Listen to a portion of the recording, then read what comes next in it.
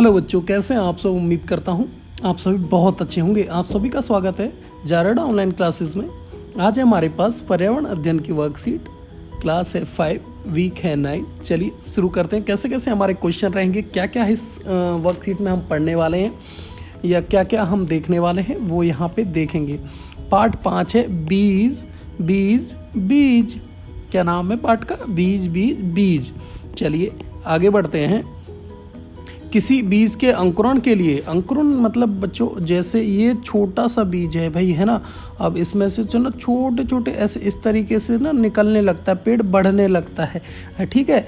तो इस तरीके को उसको अंकुरण कहते हैं, ठीक है। तो ये मान लो ये है मूंगफली का जो है बीज है, ठीक है। अगर इसको हम पटके रखेंगे या ज़मीन में बो देंगे तो कुछ इस तरीके से इसमें निकलने लग जाएंगी नई मूंगफली, ठीक है, इस तरीके से, ठीक है। तो यहाँ पे मैंने एग्जाम्पल उदाहरण देके आपको बताया है। तो यहाँ पे है किसी बीज के अंकुरण। अंकुरण मैंने समझा दिया ना, छोटे छोटे अगर यदि ये बीज में से इस तरीके से दाने सी ऐसी लाइन सी निकले, है ना, एक छोटी सी सफ़ेद सफ़ेद बीज में से ऐसा निकले तो उसको अंकुरण कहते हैं। तो किसी बीज के अंकुरण के लिए किन किन तत्वों परिस्थितियों की आवश्यकता होगी, तो यहाँ हमको ये लिखना है। तो भाई सबसे पहले तो हमें बीज ही चाहिए रहेगा, बीज हमारे पास होना चाहिए, ठीक है।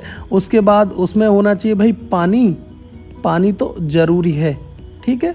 पानी या नमी, ठीक है, नमी यानी गीलापन, ये होना चाहिए। उसके बाद क्या होना चाहिए भैया? हवा भी लगते रहना चाहिए। ऐसा नहीं कि भाई टाइट करके डिब्बे में बंद करके पटक दिया तो वो नहीं उगेगा, ठीक है। तो और फिर क्या चाहिए भैया? अगर मिट्टी में लगाना है, उगाना है तो मिट्टी भी चाहिए, ठीक है। यदि कपड़े में अंकुरित करना है तो उसके लिए कपड़ा चाहिए, ठीक है। कैसा कपड़ा? गीला कपड़ा, ठीक है, गीला होना चाहिए कपड़े को। और उसके बाद क्या चाहिए भैया? हवा पानी मिट्टी हो गई और थोड़ा बहुत खाद भी चाहिए, ठीक है। खाद भी लगेगा। यदि आपको अंकुरण करना है, किसी बीज को अच्छी तरीके से उगाना है तो उसमें हवा पानी मिट्टी भी डलेगी, ठीक है। और प्रकाश, ठीक है, प्रकाश भी यानी कि सूर्य की रोशनी भी अति आवश्यक है। यदि आप उसको बंद करके डिब्बे में अंधेरे में पैक करके रख देंगे तो बीज अच्छी तरीके से अंकुरित नहीं होगा, नहीं बढ़ेगा, ठीक है भाई। ये सब चीज़ें चाहिए रहेंगी, पानी। और यदि आप देखेंगे, यदि एक कपड़ा, एग्जाम्पल के लिए मैं आपको बता रहा हूँ बच्चों, दाल ले लेंगे। एक दाल ले ली हमने, ठीक है, उसको इस तरीके से भिगो दिया, ठीक है, भिगो दिया। अब उसको क्या करा हमने भाई? इस तरीके का एक कपड़ा लिया, उसको इसमें दाल को इसमें डाल दिया, ठीक है, उसको एकदम से निचोड़ लिया और उसको बंद करके रख देंगे, ठीक है, इस तरीके से। मतलब या ऐसे घुमा के गोल गोल उस कपड़े को हम ऐसे बांध देंगे और उसको लटका देंगे। तो देखेंगे अगले दिन देखेंगे तो बीजों में से ये जो बीज हैं, छोटे छोटे दाल के बीज हैं, उसमें इस तरीके से सफ़ेद सफ़ेद का वो निकल आएंगे। तो यानी कि ये समझेंगे कि ये बीज का हमारा अंकुरण हो चुका है, यानी कि ये हमारा बीज है जो अब आगे आगे बढ़ रहा है धीरे धीरे। यदि इसको मिट्टी में गाड़ देंगे तो ये पौधा भी बन जाएगा। चलिए आगे बढ़ते हैं भाई। दिए गए चित्र को ध्यान से देखिए और पौधे के विभिन्न भागों को लिखिए। तो देख लेते हैं कौन कौन से हमारे विभिन्न पौधे के भाग हैं। तो यहाँ पे भाई पत्ता दे रखा है, क्लियर सी बात है। देखो कितने मीठे मीठे लाल लाल फल आ रहे हैं। पीले पीले क्या है भाई? फूल हैं, ठीक है। और ये हमारा क्या है भाई? तना है और ये हमारी जड़ है, ठीक है। एक पेड़ के सब भाग हो गए, आपको ये ध्यान होना चाहिए कि नहीं। 5 बीजों के नाम लिखो। क्या है भाई 5 बीज? बहुत ही आसान है। ऐसे कोई बीज बताने। 5 गेहूँ, माफ़ कीजिए ये मैंने गलत लिख दिया, गेहूँ, ठीक है, गेहूँ का पौधा भी होता है। सरसों, ठीक है, और बाजरा। और क्या क्या होता है भाई? और क्या होता है?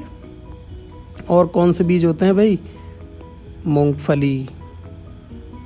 मूंगफली में दाना नहीं, हम किसी के मामा नहीं, ऐसी कहानी एक आती है ना। और क्या होता है भाई? दाल। दाल का भी तो बीज होते हैं ना, ठीक है। इसके अलावा क्या क्या होता है, राजमा होते हैं, बीन्स होते हैं, ठीक है, ठीक है। और बहुत सारे बीज तो भाई किसी भी पौधे का लिख सकते हैं ना, बीज यानी कि लौकी का बीज, कद्दू का बीज, टमाटर का बीज, ये सब तो ऐसे लिखा है मैंने कि भाई आपको याद रहे कि मोटे मोटे तौर पे गेहूं के बीज से आटा मिलता है, सरसों से भी तेल निकलता है, बाजरे से बाजरे की रोटी, मूंगफली होते हैं, दाल है, राजमा है, ठीक है, लौकी, टमाटर, इस सब के बीजों के आप नाम लिख सकते हैं। इस तरीके से आप बहुत सारे नाम भी लिख सकते हैं, एक्स्ट्रा से अपने दो एक तरफ अपने से लिख सकते हैं। पेड़ हमारे दोस्त है भाई, एक आगे क्या कहा है, पेड़ हमारे दोस्त हैं। एक दोस्त के रूप में पेड़ों के लिए आप क्या क्या करेंगे, अपने सुझाव दीजिए भाई। क्या क्या करेंगे पेड़ को अपने लिए, तो क्या करेंगे भाई, सबसे पहले पेड़ की देखभाल करेंगे, ठीक है, पेड़ की देखभाल करेंगे। उसके लिए क्या करना होगा भाई, हमें समय से खाद और पानी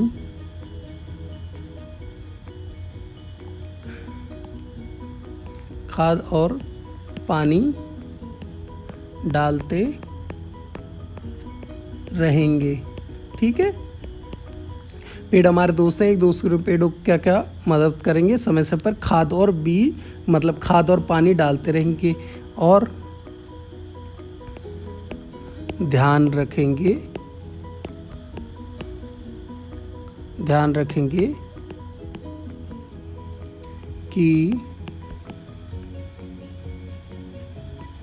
कि उसमें कीड़े न लगे, या और कीटनाशक का छिड़काव भी, तो यहाँ नीचे लिख देंगे कीटनाशक का छिड़काव करेंगे, ठीक है। ये भी आप अपने पेड़ की देखभाल इस तरीके से कर सकते हैं, ठीक है।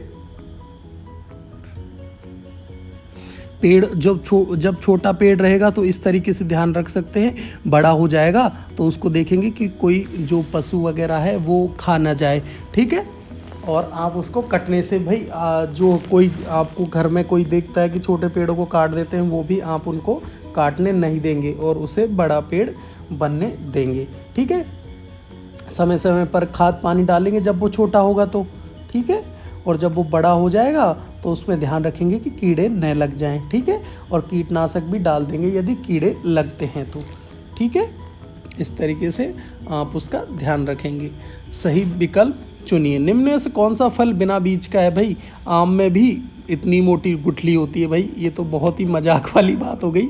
सेब में भी देखा होगा आपने, सेब यदि आधा काट देंगे तो इस तरीके से छोटे छोटे बीज निकल आएंगे। एक केला है भाई, केले में ही बीज नहीं निकलते हैं, ठीक है। निम्न से किस बीज से तेल निकाला जाता है भाई, चने से तो तेल निकलता नहीं है, तो ये गलत हो गया। मक्के से तेल भी नहीं निकलता है, सरसों से हमारा तेल निकलता है। निम्न में से किस बीज का उपयोग मसालों के रूप में होता है, तो भाई मसाला हमारा छोंक किससे लगाती है मम्मी, जीरे से। भाई जीरा हमारा मसाला है, ये मसाले नहीं हैं, ठीक है। निम्न में से बीज के अंकुरण के लिए क्या जरूरी है, ठीक है। तो बीज के अंकुरण के लिए पानी और हवा भाई बहुत ही ज़रूरी है। पानी हवा नहीं होगी तो हमारा जो पौधा है वो या तो मतलब जो बीज है वो ख़राब हो जाएगा, उग भी नहीं पाएगा। चलिए तो यहाँ पे ये क्वेश्चन हमारे हो चुके हैं। और जो देखते हैं 3R के बारे में बात की गई है, तो 3R के बारे में हम यहाँ देख लेते हैं। चलिए, तो पुनः उपयोग करने का अर्थ है एक ही उद्देश्य के लिए फिर से एक वस्तु का उपयोग करना, एक ही उद्देश्य के लिए। यानी कि भाई यहाँ पे सब्जी लेने गए, ये झोला हमारा जो है लेके गए और इस झोले में हमने सब्जियाँ रख ली, ठीक है, आलू रख ली, प्याज रख ली, ये ले आए।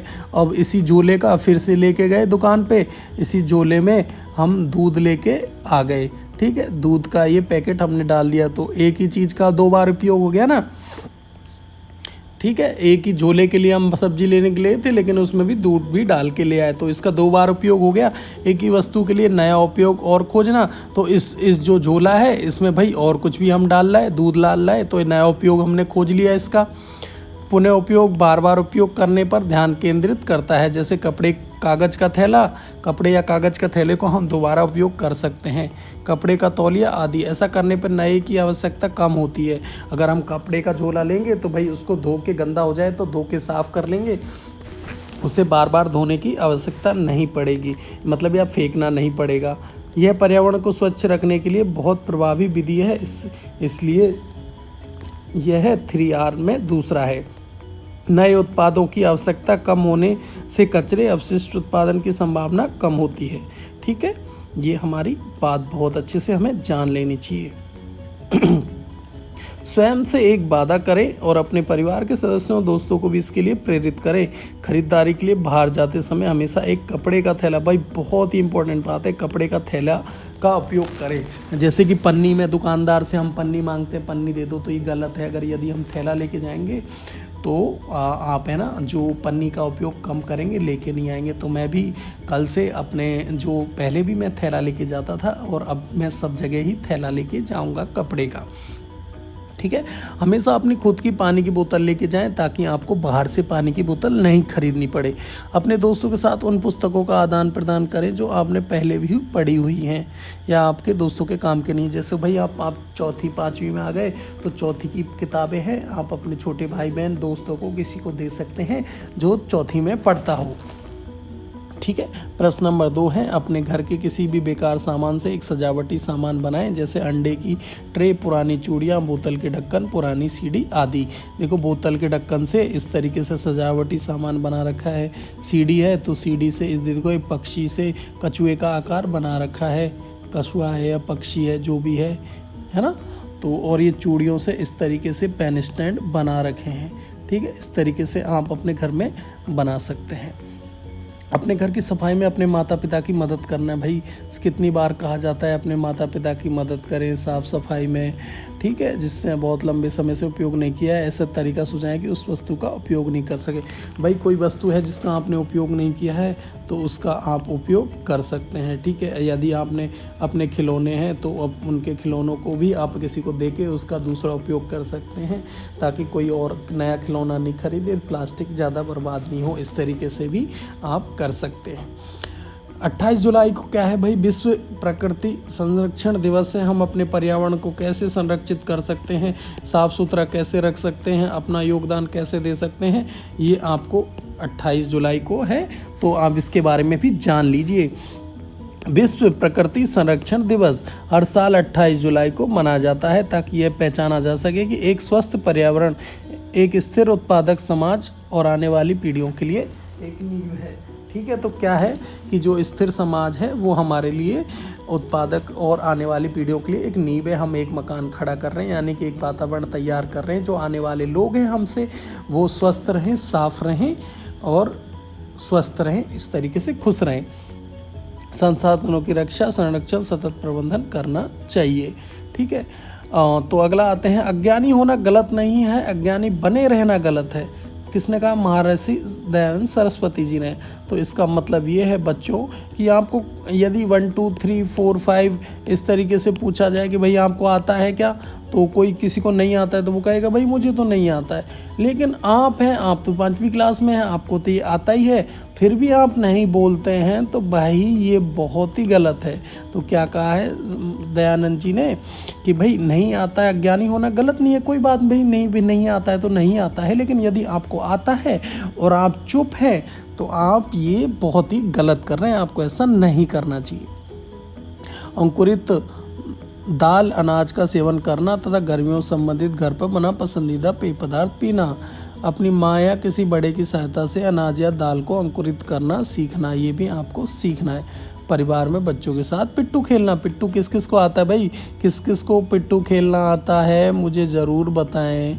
देखो इस तरीके से एक पत्थर, कितने पत्थर रखते हैं वो भी आप मुझे कमेंट करके जल्दी से वीडियो यहीं पॉज करके कमेंट करके बताएं कि भाई पिट्ठू में क्या क्या उपयोग रहता है, कैसे कैसे खेलते हैं और आपने खेला है कि नहीं। तो ये कमेंट करना मुझे ज़रूर बताएं, मैं आपके जवाब का इंतज़ार करूँगा। अपने माता पिता का अभिनंदन करके अपने दिन की शुरुआत करें भाई। अपने दांतों को दिन में 2 बार ब्रश करें, प्रतिदिन स्नान करें, खूब पानी पिएं, अपने चेहरे को छूने से बचें और बार बार हाथ धोएं। ठीक है बच्चों, ये तो इस तरीके से आपकी जो वर्कशीट है कंप्लीट हो जाती है भाई। और जिसने भी सब्सक्राइब नहीं किया, प्लीज़ सब्सक्राइब के रेड बटन को भाई जल्दी से दबा दो। ठीक है, वीडियो को लाइक करो और कमेंट करना ना भूलें, और अपने कमेंट में अपना नाम भी लिखें ताकि मैं आपको जान सकूं कि भाई आपका नाम क्या है। तो प्लीज़ सब अपना कमेंट में नाम भी मुझे लिख के बता सकते हैं कि मेरा नाम सर ये है। जैसे मेरा नाम राज है तो मैं इस तरीके से राज लिख दूंगा। आपका जो भी नाम है आप कमेंट बॉक्स में लिखें। वीडियो देखने के लिए आपका बहुत बहुत धन्यवाद। आपका दिन शुभ हो। वीडियो